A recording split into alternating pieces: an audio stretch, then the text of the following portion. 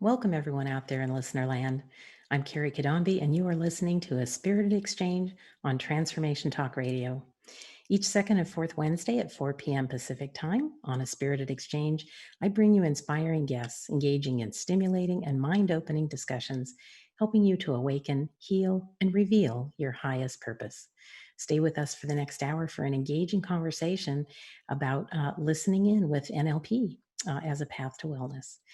So today's guest is Bev Martin, an intuitive medium who is certified as a master practitioner in Neuro-Linguistic Programming, that's NLP, as well as clinical hypnotherapy and a facilitator of clean language and symbolic modeling. Bev has a deep commitment to understanding and improving how we listen to our deep wisdom and engage in our intuitive knowing. She was born and raised in South Africa and now lives in the Pacific Northwest. And Bev is a coach, consultant, and a mentor to individuals seeking spiritual growth and wellness professionals who strive to help others heal and transform their lives for the better. In this episode, we'll talk about how to listen in with NLP to communicate with a symptom. And I'm looking forward to that. So let's welcome Bev Martin to a Spirited Exchange. Hi, Bev. Hi, Kerry. Thank you for having me here. Oh my gosh, thank you for being here. I think this is going to be an awesome discussion. NLP is so powerful, and listening in to communicate with a, what do we call it now? To communicate with a symptom is very helpful. I mean, our body's talking all the time. So before we jump in, I just want to remind people that the reason I'm doing this series, A Path to Wellness, is I believe that we're here to learn and to heal and to grow. And it's our individual responsibility to actively take part in our personal growth and evolution. And in this way, we not only help ourselves, but we help the collective to heal and evolve. And so this was why I created this series of episodes called A Path to Wellness, to highlight some of the powerfully effective healing modalities that are out there available today. And today we're going to explore how to listen with NLP as a way to communicate with a symptom. And it's a beautiful process to easily gain insight and knowledge into your life and your symptoms, your health, healing, and even relationships. So Bev, for the benefit of our listeners who may not be familiar with neuro-linguistic programming, could you talk a little bit about what NLP is, and a little bit of your story on how you came to this work? Sure. It's a mouthful, isn't it? Neuro-linguistic programming. So even just getting that out.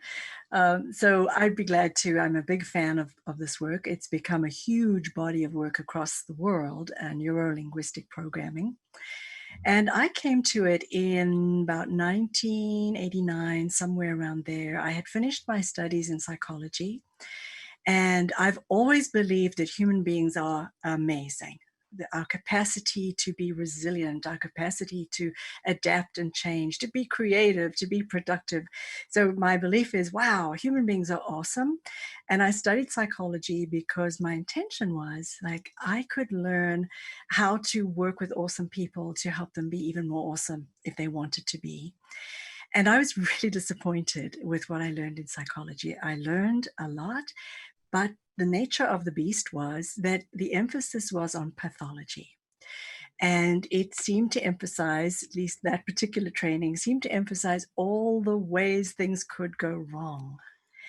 And while I could understand that that could certainly happen, I was like, yeah, but what about, what the well-meaning pieces that each person has inside of themselves to heal? I didn't want to learn about how people needed to be dependent upon an outside person to find their own healing, because my belief is we have it all. We have it within us. And a coach or an inspirer, a guide can assist us to avail of it, but we carry it inside. And so I was living in South Africa at the time, and I began to hear people talking about neuro-linguistic programming. I was like, what is that even? And when I discovered more, so the first thing I discovered was, as I found out and asked that same question, was that the NLP, neuro stands for the brain, how we think and feel and organize our thinking. The L is for linguistic, neuro-linguistic, and it has to do with how we use language, how we use language to become understood, and how we use language to really, in a way, organize how we think. So it became, Mhm. for me, true that language was almost like a map of our thinking. And I got to Mhm. be like, oh, I could listen to how someone's talking. It's like, oh, that's how they're thinking, including myself. It's like, is that really what I think about that? Might want to change it. So, and in the programming, because this was developed by Richard Bandler and John Grinder in the 1970s, right around the time that computer language was becoming part of the culture. The programming comes from computers, but it doesn't mean that we program ourselves or others to do anything at all, except how we might have a series of behaviors or a state of being that we decide for ourselves. So programming, in that a thing can become automatic, but it's a lot more human sounding than that. But so the brain and language, it has a lot to do with behavior. So when I found the training in NLP, I just dived all the way in because this met my criteria for how are people amazing and how can we become more so. Yeah, I love it that you recognize that there was something that wasn't very empowering about the traditional psychotherapy, and that in a modality like NLP, that it was very empowering, helping people realize that they have within themselves all that they need to heal, and that sometimes we do need a mentor, a coach, some guidance to help kind of shine the light into those places that we can't see and help us a bit, but it's much more empowering. I agree with you. And there's a time and place for everything. Certainly, psychotherapy and psychology, there's a time and place for each of those modalities. Mhm, But my own particular focus, as most coaches or people who are thinking more of now and the future, mhm. these tools really help us with, one of my favorite quotes is the best way to predict the future is to create it. And so NLP for me is the tools so to do. Beautiful, beautiful. So you've talked a little bit about what drew you to NLP. Mm. Um, can you has it helped you personally? Do you have Oh, any stories about? hugely. Hugely.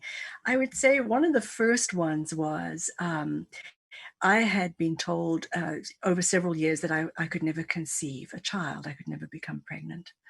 Mm, And I was really sad about that. And as I studied NLP and started to understand what beliefs were, I could find the difference between, oh, even a very well meaning medical person, making a diagnosis like, well, actually, that's just a belief.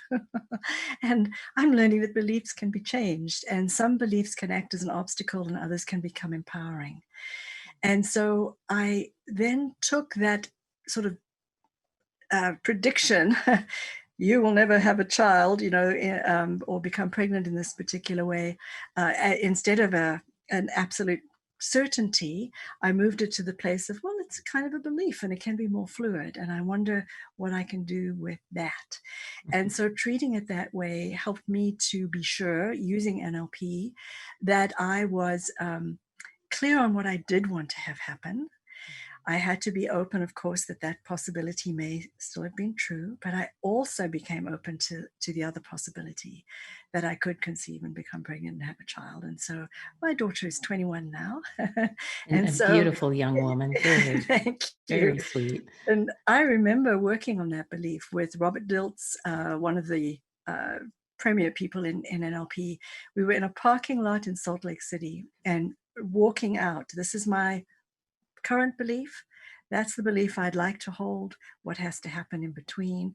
And so I would say that's the most tangible belief change and the most rewarding one for me to have been able to tackle. That's pretty big. I Yeah, mean, I think a lot of people would go, "Wow," right, that seems that's so very material as opposed right, to I want to be happier. right, Which is a right. little. It's nuts and bolts. And of course, another way it's changed is that now, NLP is part of my career, and so I get to help people change their beliefs if it's in the way. And Wow. that's just always, as you know, working with human beings, Mhm. fascinating, it's humbling, it's never a dull day. And so I've seen people change their beliefs in significant ways, and by that I just mean like how they are thinking about a certain thing. So that somebody Mhm. who thinks that they can't do anything, can't write a book, can't ride a horse, can't stand up and speak, whatever we think we cannot do, if we have the tools to help us adjust that. Because one of the things about a belief is it's a statement of truth, but we need to know the difference between a statement of truth I made up or an actual statement of truth. Mm. And we only know that a belief was false when we prove it that way, but we don't tend to prove it wrong if we believe it's so. So if I Right. believe I can't sing, I'm not going to try. Mhm. But if I Yeah. believe it's possible, we're going to try, and then we prove, hey, guess what? A person Yeah. can do the thing they thought they couldn't do. And some of those beliefs actually come from our family or um, whatever religious upbringing, society, and we may not. Sometimes I think we don't even realize we hold a certain belief Right. until we hit a block of some sort, and we try to, well, why am I having this difficulty? So Well, do you find that people come to you with like a problem, and yes. then do you help them to create like a goal statement or It's a variety of things, but certainly getting clear on where we're headed. okay. So one of the things I love about several of the tools I use, including NLP, is it is very focused on what do I want. And Mhm. that's partly understanding how the brain works, because that we can't really go towards a not. And so, if someone says, I don't want to be anxious anymore, it's like certainly an excellent thing to want. Yeah. But we need to help the brain to know, when I'm not anxious, what am I? Mm, So that, because to just go towards a thing that isn't is almost impossible to do, right? We have to right. see. And so it's very goal focused, and being very, very clear on when I have the thing I want, when I have it, or I'm doing it, or Mhm. even more yummy, I'm being it. How will I know? What will Well, be my experience? Yeah. that's a really good point. Yeah. How will you know? How will I know? Yeah. Mhm. Yeah, So so it sounds like a beautiful exploration and that it could actually be kind of fun it's a exploring. lot of fun. Well, Mhm. especially when you come from the presupposition that we're already awesome and we're going to become even more so. There's fun involved right from the get go. And Mhm. even people who come with an obstacle, a problem, a hassle, there's a difference between this is what's troubling me and this is who I am. Mhm. Of course, that's part of our spiritual understanding too. Mhm. So do you find, people come with something of this is who I am, but do you find that actually changes? They're really Yes, more than maybe what they thought they were. yes. Especially if somehow this is who I am has gotten involved with a symptom. Mm. I am a diabetic, or I am a fill in the blank. Mhm. That then some of the sweetest work we can do right there is separate the this is what I'm experiencing from who I am. Well, that's And it's profound and wonderful work, because we none of us are can be reduced to a symptom. Even if we happen to be experiencing several of them, that's not yeah, who absolutely. You're right. It's not who we are. who It's we what are. we're experiencing.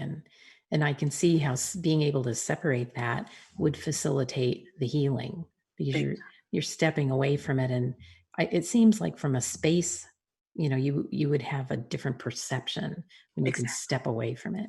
right. Because of course we hold who we are very dear. And so if a symptom got in there, then we're holding that very dear too, and we want to be able to let that go, let the Mm-hmm. symptom go if necessary, op- Mm-hmm. optimally, but hold on to who we are and grow even as a result of that, because we're like an ever unfolding revelation. Very certainly. Yes. And so as we separate that symptom from who we are, we want to learn how to talk with that symptom. And we're going to go into that a little bit more. But first, we're going to take a short break. So you're listening to A Spirited Exchange with me, host Kerry Cadambi, and today's guest, Bev Martin. And when we come back, we'll dive deeper in how to use NLP to communicate with a symptom. So stay tuned and we'll be right back.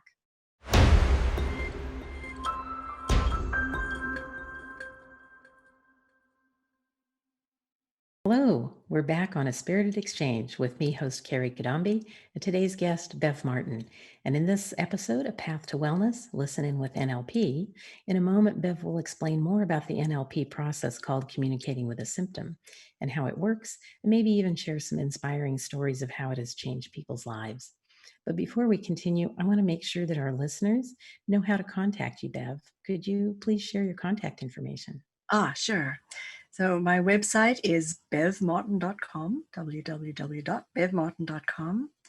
I'm on LinkedIn as Bev Martin1 and on Facebook as Bev Martin Interactive is my Facebook page. And so that's a great place if you have questions or anything to follow up.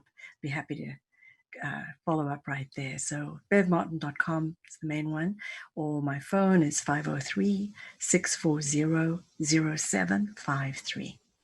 Okay, and Martin is Martin. Correct. Okay, Thank you. Yeah. great, thank you.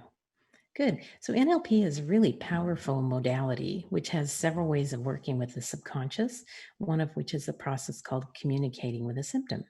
And this powerful tool for transformation, it's powerful because everybody can make use of it. We all have a body, and our bodies are always talking to us in one way or another. So if we could just learn how to listen, we could save ourselves a lot of grief. So, Bev, let's dive into what it means to communicate with a symptom. Certainly. And I love what you've said, Kerry, that the body is communicating all the time, because in fact, that is the case. In fact, just a few days ago, I spoke with someone who very health oriented, not doesn't do much with the medical system at all. It's just she's been fortunate that she hasn't needed to do so. And she had a dream. And in the dream, she was looking at an X-ray, and the X-ray pointed out a problematic area in her body and said, go to the doctor. And to her credit, she did. And she found a pretty difficult situation, but they caught it so early because she went in that all is well now. And so Oh my I goodness. just think, wow, I love that she listened to it, that she just was like, okay, I'm doing this. She wasn't worried or stressed, just obedient, Yeah, that's So incredible. it's amazing, and even, the doctors were just like, wow, how did you know to come? And she said, a dream, you know. So when we can act on a thing before we even have symptoms, that's all the better. So Yeah. being in touch with the wisdom of the body and that in a sort of a partnership, because Mm. as big a fan as I am of the spiritual life and the soul, we really need this body. We need it to carry ourselves around in. We need it to eat Absolutely. ice cream with, you know. So listening to Yes. the body in a particular way. And so the way that we do it in NLP, and so I want to say that first story just to say that even if you don't know NLP, you can listen to your body. You can be listening in a particular way. Hmm. And the way that we do it with NLP is the first most important step is to befriend the body. And I really feel for people who have been dealing with chronic fatigue, chronic conditions over time, because Hmm. that piece about separating who I am from my experience becomes quite arduous when someone has dealt with something for a long time. It's kind of Hmm. hard to see like where do I begin and end when this condition is there. And so it is quite a tall order to say to someone, befriend even the condition. They're like, yeah, you do Yes. not know how much trouble this has Pretty, caused me. pretty counterintuitive. It is. It's kind of like, you want me to befriend the thing that, really makes my life quite challenging. It's like, actually, yes. And here's the Hmm. reason for it. Underlying this is a presupposition that any behavior or even the behavior of a part of a symptom is trying to do something good for us. Its intention is to communicate. So when we get adept at listening when it's a whisper, so it doesn't have to become a shout, we're actually on the same page as the symptom. So the first order of business when I'm working with someone and we're dealing with a symptom is to help them get to this idea of, can we befriend? In other words, if life was finding a circumstance in which to bring you a beautiful gift, Wouldn't you want to open it? And it'd be, well, of course. What if the symptom is hiding the gift, if the gift is in there? So we go in with that frame of mind of going, if there's a gift in here, I wonder what it is. So we get Yeah. curious rather Yes. than worried. And get like, I love that idea of curious. That's so yeah, important because curiosity has a sense of like openness. And if we're right, going to receive, we need to be open. right. Yeah. And or automatically, if we're in a curious state, we're not in all the other states that we might already have been in. So it's a nice new one, right? It's a good Sort of one. be curious. I go, and you and I, and we've talked before about metaphor, and we absolutely love Oh, metaphor. yes. And it can be really helpful to have a symbol for the symptom. Mhm. So we sort of introduce this notion of just let's be friendly with the part that may have a gift for me. That as soon as I get the gift, I no longer need the wrapping, which is the symptom. Once I become conscious of what the gift is, perhaps I no Mhm. longer need to endure this symptom. Mhm. So we consider like what would be a way that a loving part of you, what kind of face would a loving part of you have if it was willing to talk with you? And we've had all kinds of things, and I love because a person will just think of the first thing, and it's kind of from the unconscious, not the analytical mind. So we've had ping pong balls and that smiley face from the 70s, and often it's some kind of a face or an expression. And so already we're at a different level of thinking Mhm. because we now have a representative for the symptom that is a symbol. And that's a different level of thinking. And so we ask that symbol if it's willing to communicate. And most often, I've never heard a symptom symbol say no, thank you, because its purpose is to do well. And it's like, you're listening, I'm on it. And so, of course, this is a lot of imagination and creativity, but that Mhm. too is really also what we're very capable of. And so I encourage the person to create the symbol and have it be opposite them so that they can have a communication with it. Mhm. We only let that symbol be opposite them when it's clear that it is a friendly, well intended representative of a gift that we just don't know what the gift is. So we may still have a little skepticism like, this is a very friendly conversation, but do you know, symptom, how much trouble you've caused me? That's the first frame, is going into that curious, what's the gift? Mhm. And we ask the representative of the symptom, we ask, I wonder what you want for me. That's good. Mm. Wow, I like that because it's not demanding at all. It's an invitation. It's Yes. very gracious. And I was thinking, that the gift is actually that information, I think, and you can correct me if I'm wrong, is really information that's in our subconscious. And the Yes. body is bringing it to our conscious level. And this exercise of having this stand in for the symptom to allow that to talk with us. And I don't know. I'm very visual, so for me to have something visual really makes it more real. Yes. And it becomes so dynamic. It's just super fun. I'll give you an example of, well, let's see. I'll tell a bit of a story that may help how some of this works, especially with chronic conditions. Mhm, I'm not a great history buff, but I do know that at the end of World War II, the war ended, but there were several islands where the message didn't get through. The war is over. So there were soldiers still living on those islands, putting on their battle gear, going to war. They hadn't gotten the message that the war was over. mhm, When word came and when people came to tell them, hey, guess what? Relax, there's no war. They were like, yeah, how can we believe you? Right? Because they're warriors, they're soldiers, and they've been doing this for all this time. mhm, And a symptom is a bit like that. A symptom can come in and mean well and want to do something good for us at a certain time of our evolution. mhm, And perhaps that war is over, or we've learned something new and we've overcome. And a symptom is like, don't worry, I'm still doing this for you. I'm still making sure that you. So, for an example, a person that I worked with many years ago, I'm going to make sure that you never put yourself in an embarrassing position with girls by making it so that you don't want to go out at all. Right. So that Mhm. symptom made this person was so shy. And the shyness, as well as a physical manifestation of that, was sort of saying, I'll protect you from ever being rebuffed. Wow. Right. So Yeah. early on, it's like the system said, I've got you. Well, you're never going to get rebuffed. But in the meantime, this young person is growing, they're gaining new skills. So it's to go back to the symptom and say, thank you for wanting that for me. What else, so what you want that's good for me is to never be rebuffed. Thank you. But I also really want to live my life. So you'll hear there's a bit of a negotiation here with the symptom. Mhm.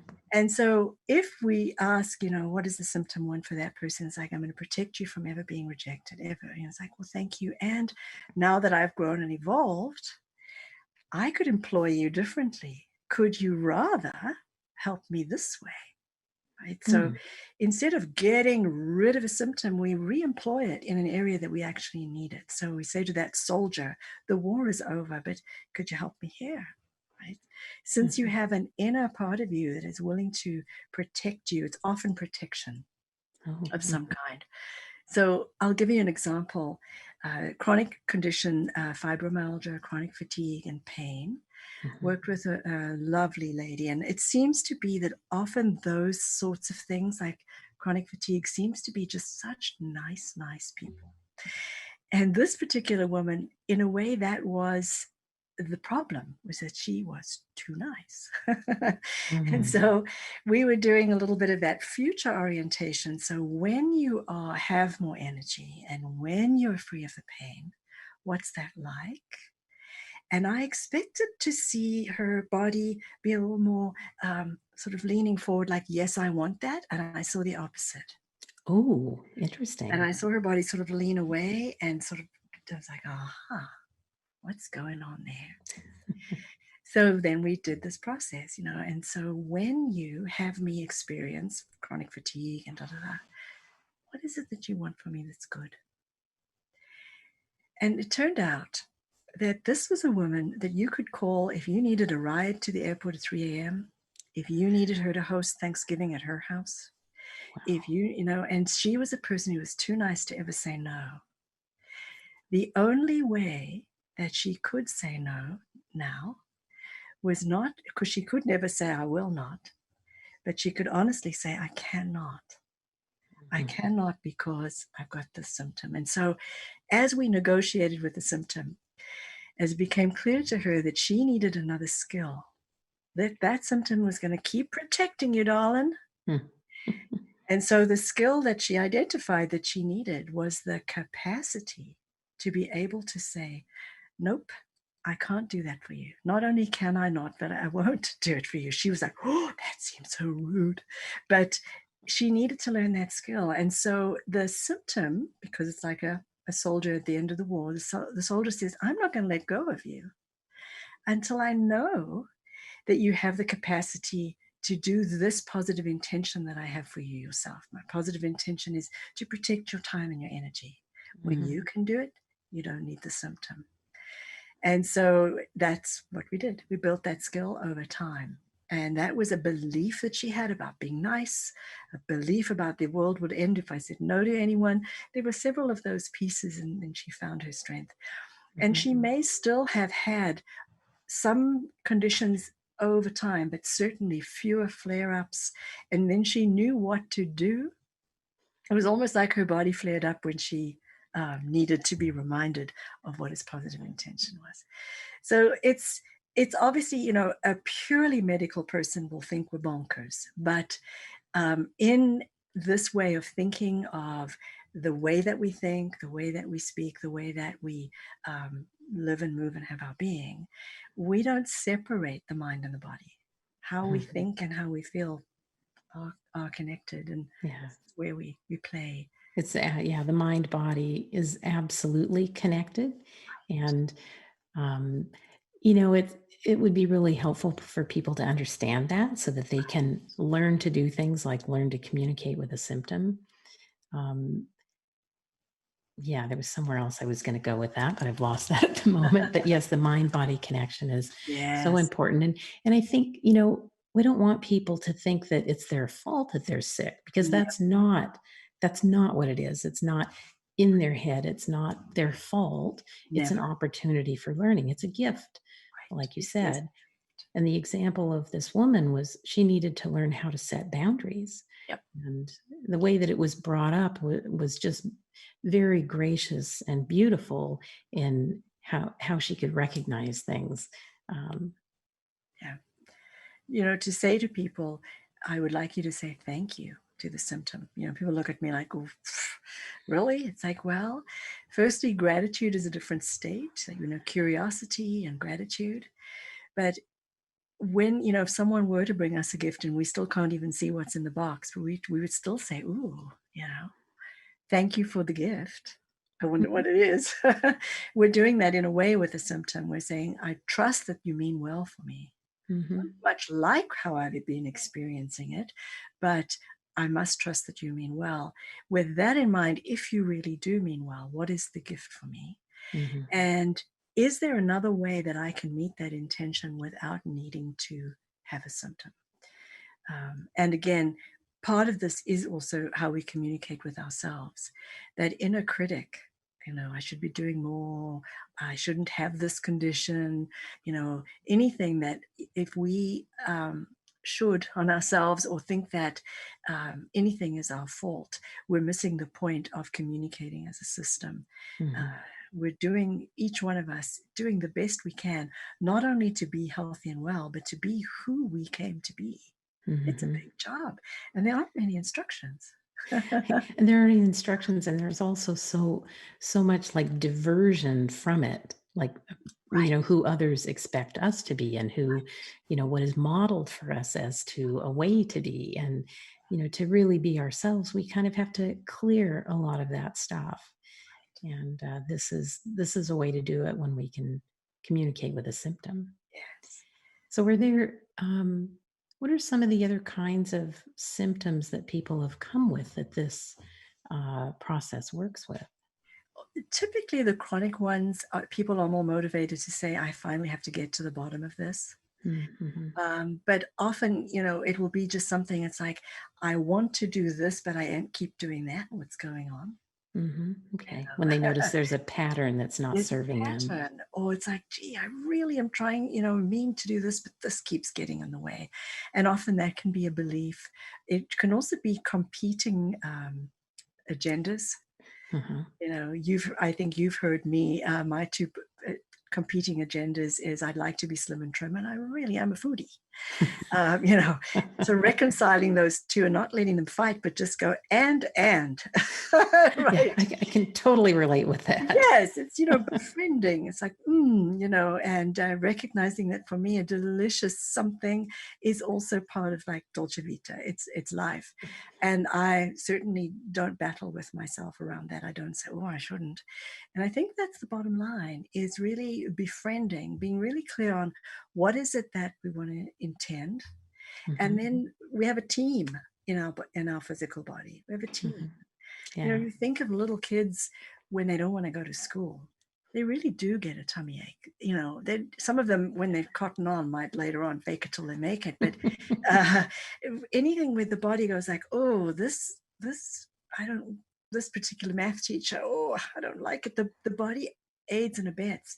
In Yeah. fact, years ago, before I learned NLP, I was working at an insurance company. It was fine. It wasn't a terrible job or anything. But I remember clearly on one particular day having to get up really early, which was still dark, and the birds hadn't even started chirping yet. And as I got out of my warm bed, I looked back at the bed and I was like, oh, I wish I could stay in bed all day. And the next day I got a rotten flu.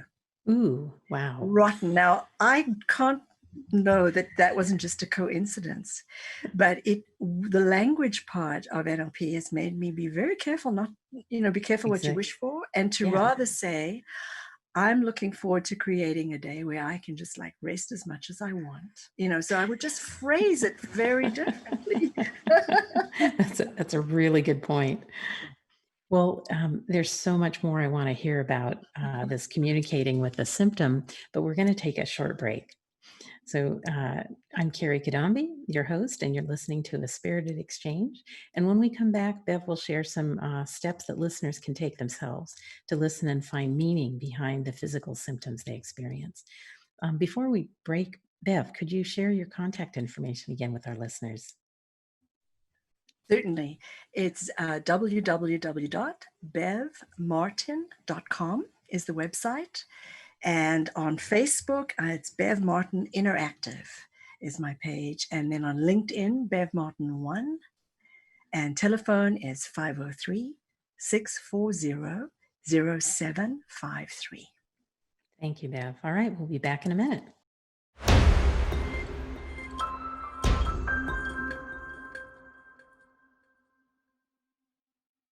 Hello, we're back on A Spirited Exchange with me, host Kerry Cadambi, and our guest today, Bev Martin. We've been talking about NLP as a path to wellness, specifically using the process of communicating with a symptom. And Bev will share some steps that listeners can take themselves to listen for the meaning behind symptoms. But before we dive into that episode, I want to let you know a little bit about how you can reach me and work with me, how I help clients unlock their full potential to live a fulfilling life on purpose. So you can check out my website, which is www.thedivineguidancegift.com, where you can sign up to work with me online in private sessions or in a group session. And I'm also offering a free event series called Divine Spirit at Play for energy healing and co-creation with spirit. And you can find details on Eventbrite to sign up for the next event. Again, it's called Divine Spirit at Play. So welcome back. And Bev, we've been talking about NLP and how to listen to a symptom. So NLP, the modality, can help us heal on so many levels in a very powerful and a lasting way.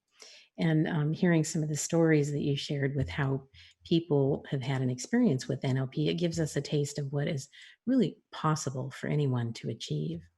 So I'm wondering if you can share with our listeners what something that they can do on their own. I mean, obviously, it's very helpful to be able to go to a practitioner, but in the meantime, until people can do that, what can they explore on their own? Sure. And you really can. So the first step is to step into that creative, curious place. Like you're Sherlock Holmes getting curious, like, what can I learn about this? When there's a symptom that has been a real nuisance, do your best to not be in that place of how do I get rid of it, but rather what can I learn here? Because what can happen is that as you become aware of what it's come to give you as a gift, when it becomes conscious, then you can say, well, how can I meet that intention on purpose consciously? Then I no longer need something kind of steering me from behind. So uh, pay attention to how you talk to yourself on the inside. Be kind and loving to yourself always, especially with your inner dialogue. Befriend yourself and even the symptom. And then as you ask, what does this symptom want from me that's good? Get really curious and be extremely open-minded in what can come. And it won't be logical. It won't be logical at all. It'll be like, wait, what? A rash wants for me to make friends? Do you not understand? Like, shh, listen.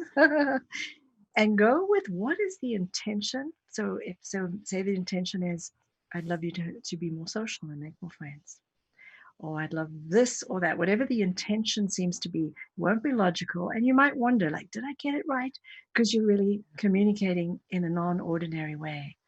And then consider, how else can I meet that intention on purpose? Mhm. You might play also with, like, what does the symptom prevent me from doing? Does it make me slow down? Mhm. Mhm. Right? Yeah. Does it make me attend to myself instead of everybody else in the moment? Right. So look at, like, what is the job of this symptom? What does this symptom think it's doing for me that's good, right? Its method may not be popular and it may not be logical, but we also Mhm. see a difference between the method and its intention. But when you get curious and you hear what the intention is, as well as looking to see, in its own way, what is the symptom meaning for me? And then paradoxically, the more that we can become conscious of what it means for us, the less need the symptom has to keep uh, bugging us. And that remarkable things can happen. Skin things heal up quite well. Mm. The immune system is a marvelous system, and it relates really well. And often what happens in that setting when you've made a symbol to speak to in front of you, Mhm. people will say, oh, it's changed, or oh, it's gotten brighter, or oh, so it becomes a dynamic conversation Mhm. in that Yeah, way. it I can be a encourage you bit. to have lots of conversations with yourself with that frame of loving kindness. Yeah, and I think it's so important, that idea that it's not necessarily logical, whether it be the response that comes when you ask the question of it, or the image that comes. It's sort of like whatever comes first, like Right, trust that and go with it, and it doesn't have to make sense. Like, right. I think it's almost even more powerful if it doesn't make sense, because it didn't come from your mind. Exactly. If Yeah, the answer was in this mind, we would have it by now. exactly. It's definitely deeper, and can be really quite a sweet exchange. And so, anytime you communicate with your own inner self, loving kindness is the way, curiosity, you'll be surprised at what becomes clear to you. Mhm. Yeah.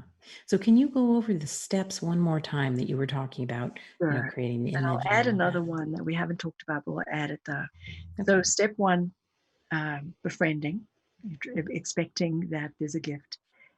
Next one is to create a symbol of the symptom. So you're not talking to psoriasis, you're speaking to a smiley face or whatever just pops up, and that becomes in front of you, where you can dialogue that way and ask things like, what is it that you want from me that's good?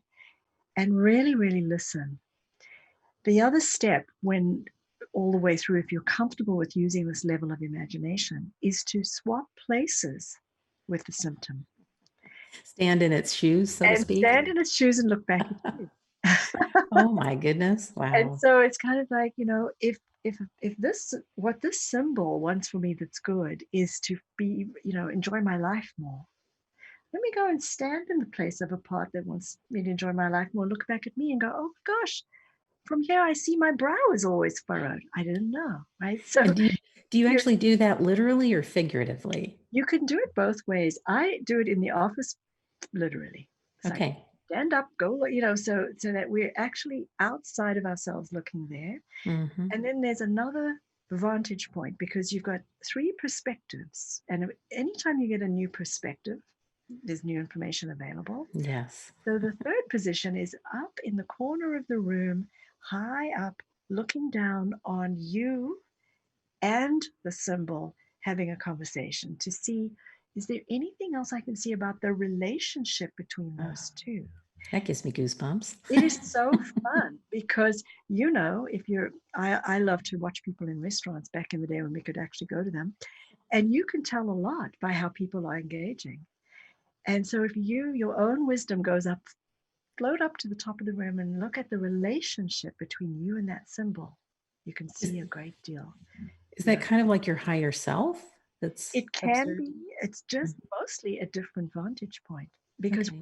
when we're in ourselves, we have this much information. And now we just got a whole lot of new information by going into the other shoes, looking back at ourselves. Mhm. And then we go right up there, we might say, oh, if I'm looking at myself having a negotiation, might be, oh gosh, there's that lively, bright symbol.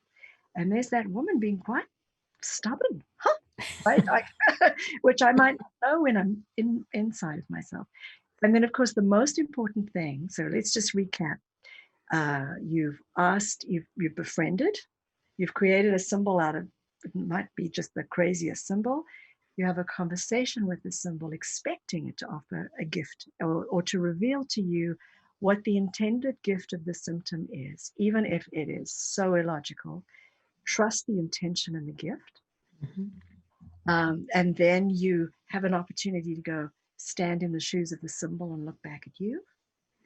And then you have an opportunity to fly up into the top of the corner and look back at you over there and symbol over there and just go, what's the nature of that relationship? Can I see anything different from here? And then always make sure you end up back in your own boots, Yes. perhaps with some enlightenment, with perhaps some ideas.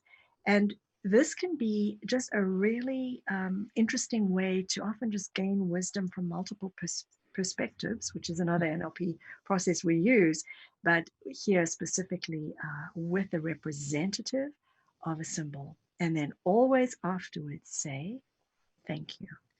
Mm, Thank you for being willing to communicate with me consciously. mm, You yeah. might have saved yourself a lot of time just sort of dealing with a symptom, whereas now you have a communication, you have a relationship.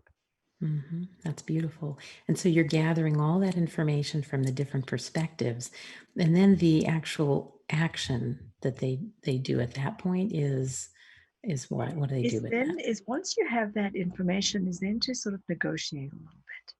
Is then to say, now that I know what the positive intention is of the symbol representing the symptom, and it wants that for me that's good, is there another way that I can get that good thing without having to have the symptom? And then often the symptom will be like, well, why don't you give it a whirl on your own? And like those soldiers in the war is over and you don't need the symptom because you have this understanding or you have a new skill or you're willing to engage in a new behavior. Okay. So, of course, the proofs in the pudding or the change is in us, but we're now making a change based on wisdom that we access from our own physical body rather than uh, statistics or something else, or all those things that we may have already tried. It's very hmm personalized. Yes. So then you make a behavior change based on the insight that you've gained. Mhm. Wow. That's incredible, and it's available to anyone to try.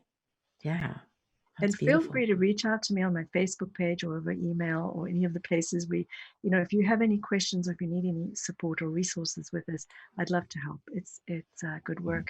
My class at the end of the year includes some of this. Is mostly to do with the communication skills of people who help others to heal and transform. It's that Mhm. language piece. And how do people find out about that class? Is that on your website? That'll be on the website eventually. It's happening this fall. It's not up there yet, but you're also very welcome, especially if you're a healing or health practitioner or a person who'd like to do this with yourself. Drop me a little email and just wave your hand, and I'll be sure to give you the details as they come out.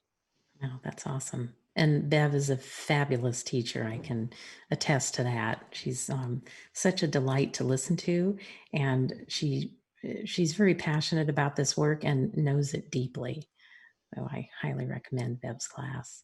Thanks, Kerry. Um, is there anything that you would like to, as we wrap up this episode, any message that you would like to share with the listeners, something that you would like them to most know? Mm, I think the main thing is that befriending is, there's so many things in our world that are like be better and be stronger. And, there's many things to which we can aspire.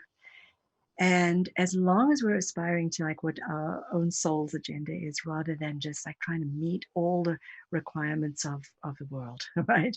And that inner critic can often arise when we've got so many things on our plate or too many agenda items that we feel we have to do it right, get it done, shiny oven, clean windows, fit body, all of those things that we feel we need to have in order to be successful in the world. And so all I would say is as you listen to yourself and as you speak to yourself, be kind and truly loving. And be sure that you're working on or focused on the things that are your true criteria that really, really matter, which may mean that some things go by the by. But over the course of our long life, we want to be sure we attend to the things we came to really attend to. And your inner critic is often on that team, but they goes about it going yeah, yeah, yeah, yeah. And so in the same way as a symptom has a gift in its hands, A critic often means well too. And so I would say you could use these same things with a critic, but hire the critic. Don't try and get rid of it. Rather say, take all that energy and boy, critic, you're sure paying a lot of attention to me. Could you help me to this intention?